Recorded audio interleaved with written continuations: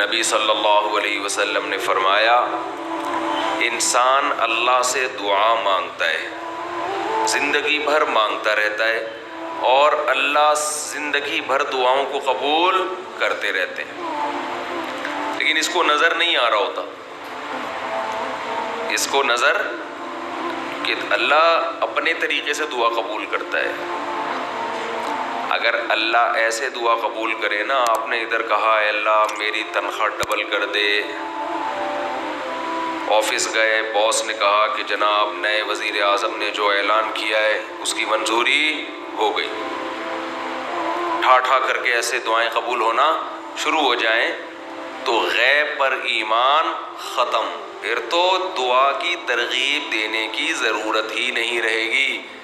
سب لوگ مصلی لے کے مسجد میں آ جائیں گے، سارا دن دعائیں مانگتے رہیں گے کہ اللہ سے جو مانگو ملتا ہے، خربوزہ مانگو خربوزہ ملتا ہے، تربوز مانگو تربوز ملتا ہے، افطاری میں پکوڑے مانگو پکوڑے ملتے ہیں، سموسے مانگو، بھوک لگ رہی ہے کیا کریں، سموسے ملتے ہیں، جو مانگو وہ ملتا ہے۔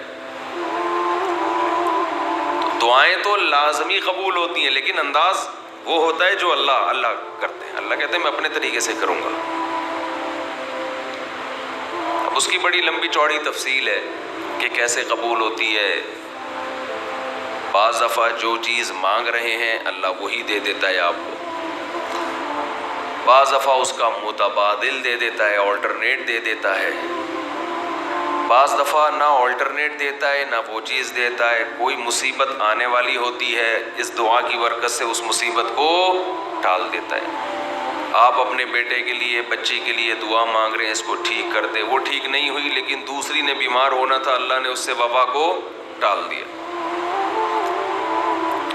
تو جن کا غیب پر ایمان ہوتا ہے وہ تو مانگتے ہیں، اللہ سے مانگتے ہیں۔ پتہ ہے بھائی یہ ہو نہیں سکتا کہ جس خدا نے کہا ہے کہ میرے سامنے ہاتھ اٹھاؤ، حدیث میں آتا ہے اللہ میں اتنی غیرت ہے کہ جب کوئی اللہ کے سامنے ہاتھ اٹھا کے مانگتا ہے تو اللہ کو خالی ہاتھ لوٹاتے ہوئے حیا آتی ہے۔ بڑے سیٹ کے پاس کوئی بھکاری جائے اور پیسے مانگے اور وہ اس کو دھتکار دے تو بھکاری کہے گا نا یار نام تو بڑا سنا تھا آپ کا، بڑے سخی ہو۔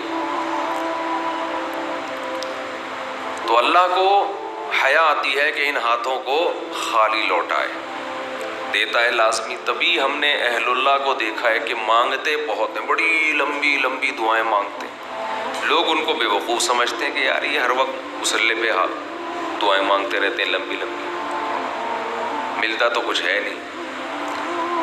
انہیں پتہ ہے کہ یہ بہت ملتا ہے اللہ سے مانگنے سے، لیکن اللہ کا انداز ایسا ہوتا ہے کہ صرف وہ مانگیں جن کو غیب پر یقین ہے۔ یعقوب علیہ السلام ساری زندگی مانگتے رہے اللہ تعالیٰ سے، اس مانگنے کا بدلہ کیا ملا ہے؟ دوسرا بیٹا بھی اللہ نے چھین لیا۔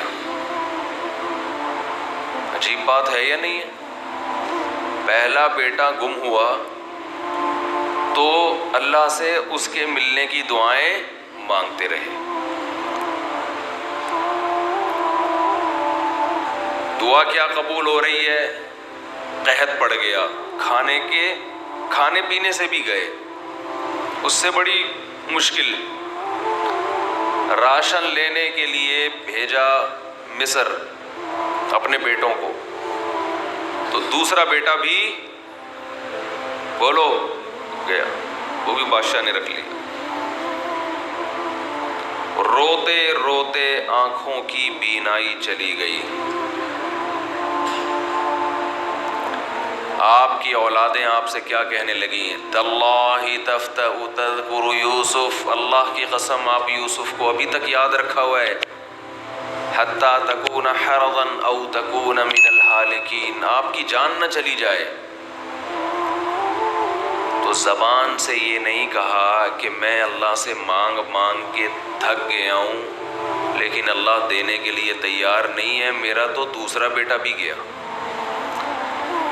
جب دوسرا بیٹا بھی گیا ہے نا، اس وقت یہ الفاظ کہے ہیں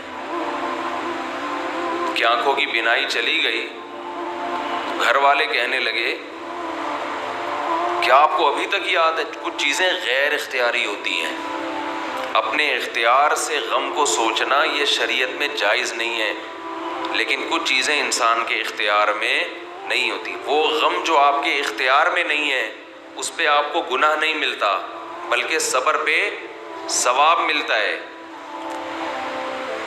شریعت میں حکم یہ ہے کہ غم کو بھول جاؤ، اس کو ایک ہی چیز کو لے کے مت بیٹھے رہو۔ لیکن حضرت یعقوب علیہ السلام کو اپنے بیٹے سے اتنی محبت ظاہر ہے اس بیٹے میں بہت ساری خصوصیات تھیں، وہ جانتے تھے کہ اللہ ان کو پیغمبر بنائے گا، کہ اتنے عرصے کے بعد بھی آپ کے دل سے غم نہیں نکلا، لیکن اس غم کو لے کر زندگی گزار دی، کسی کے سامنے اللہ کی شکایت نہیں کی کہ میرے ساتھ کیا ہو رہا ہے۔ اور دعا قبول کیسے ہو رہی ہے کہ دوسرا بیٹا بھی گیا، بیٹوں نے آ کے بتایا کہ آپ کے بیٹے نے چوری کی تھی جس کی وجہ سے بادشاہ نے اس کو رکھ لیا ہے۔ قال بل سولت لکم انفسکم امرا، باپ نے کہا تم نے جیسے پہلے ایک کہانی گڑھی تھی دوبارہ سے ایک کہانی گڑھ لی ہے۔ حالانکہ اس دفعہ بیٹے سچ بول رہے تھے، چوری تو نہیں کی تھی لیکن الزام لگا تھا چوری کا۔ تو یعقوب علیہ السلام نے دوسرے بیٹے کے جانے پہ ایک لفظ ناشکری کا زبان سے نہیں نکالا، بلکہ کیا کہا؟ انما اشکو بثی وحزنی الی اللہ وَأَعْلَمُ مِنَ اللَّهِ مَا لَا تَعْلَمُونَ، میں اپنا غم تمہارے سامنے بیان نہیں کرتا، صرف اللہ کے سامنے بیان کرتا ہوں، اور اللہ کے بارے میں وہ کچھ جانتا ہوں جو تم نہیں جانتے۔ کیا مطلب؟ وہ مجھے تسلی دے رہے اس میں خیر ہوگی، ہمارا کام ہے مانگنا، بیکاری ہیں یہ تو ملحد اور خدا کے منکر لوگ ہیں جو مسلمانوں کا مذاق اڑاتے ہیں کہ یہ دعائیں مانگتے ہیں اور ان کو ملتا کچھ نہیں ہے۔ او بھائی ہمیں اس سے غرض ہی نہیں ہے کہ رب کیسے دے رہا ہے، ہمیں اس نے پابند بنا دیا مانگو، تو ہمیں اہل اللہ کو تو مزہ اس سے آتا ہے کہ اس نے ہمیں بول دیا مانگو، وہ نہ بھی دے، مانگنا ہی ہمارے لیے سب کچھ ہے۔ تو میں جو بات عرض کر رہا تھا وہ یہ تھی کہ یعقوب علیہ السلام مانگتے رہے، پھر دوسرا بیٹا بھی چھن گیا، کوئی لفظ مایوسی کا زبان سے نہیں نکالا۔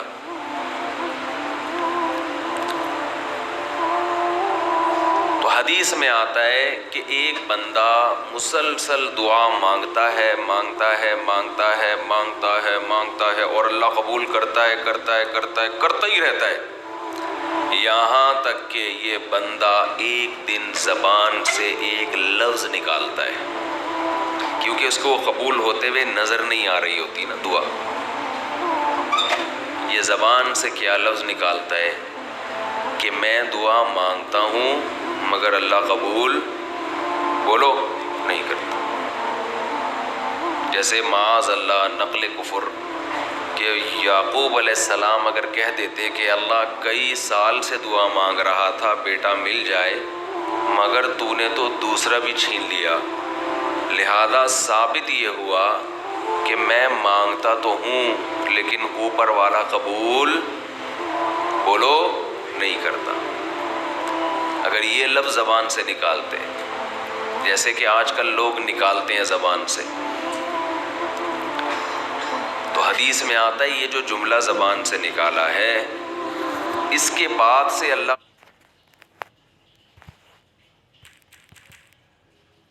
چھوڑ دیتے ہیں، اس سے پہلے ہو رہی تھی، آپ نے یہ لفظ کہہ دیا اس کو ہلکا سمجھ کے، اللہ کے ترازو میں یہ کلمہ، یہ چھوٹا سا جملہ بہت بھاری ہے اللہ کی غضب کو دعوت دینے کے لیے۔ اللہ کہتے ہیں مجھے تانا دے دیا کہ میں قبول نہیں کرتا۔ گھروں میں جھگڑا ہوتا ہے نا، عورت کہتی ہے مرد کھلا کھلا کے تھک جائے، بیوی کہتی ہے ہاتھ تنگ کیا ہوا ہے کھلاتے نہیں ہو۔ بعض دفعہ آدمی کو غصہ آتا ہے کہ اب میں ہاتھ اپنا تنگ کر کے دکھاؤں گا، ونڈے نہیں لے کر آؤں گا۔ میں کہتا ہوں چنگیز خان بھی، اگر کوئی چنگیز خان کی اولاد ہے نا، اس میں بھی اتنی طاقت نہیں ہے کہ بیوی کہے کہ 6 انڈے چاہیے اور وہ ان 6 کو 4 کر کے دکھا دے کہ نہیں آج 4 انڈے آئیں گے 6 نہیں آئیں گے۔ کوئی ہے ایسا مائی کا لال؟ کوئی ایسا مائی کا لال پیدا نہیں ہو۔ تو استنبول کیسے فتح کرو گے؟ صحیح، استنبول کیسے فتح کرو؟ سلطان محمد فاتح نے استنبول فتح کیا تھا نا۔ ایک بڑے بزرگ نے بڑی اچھی بات کہی کہ فرعون نے ہزاروں بچوں کو قتل کیا، اور بنی اسرائیل کے نا، لیکن موسیٰ علیہ السلام جب صندوق سے نکلے فرعون نے ارادہ کیا اس کو بھی قتل کروں۔ فرعون کی بیوی نے کہا لا تقتلوہ، اسے قتل مت کرو۔ فرعون نے کہا اچھا، فرعون نے کیا کہا؟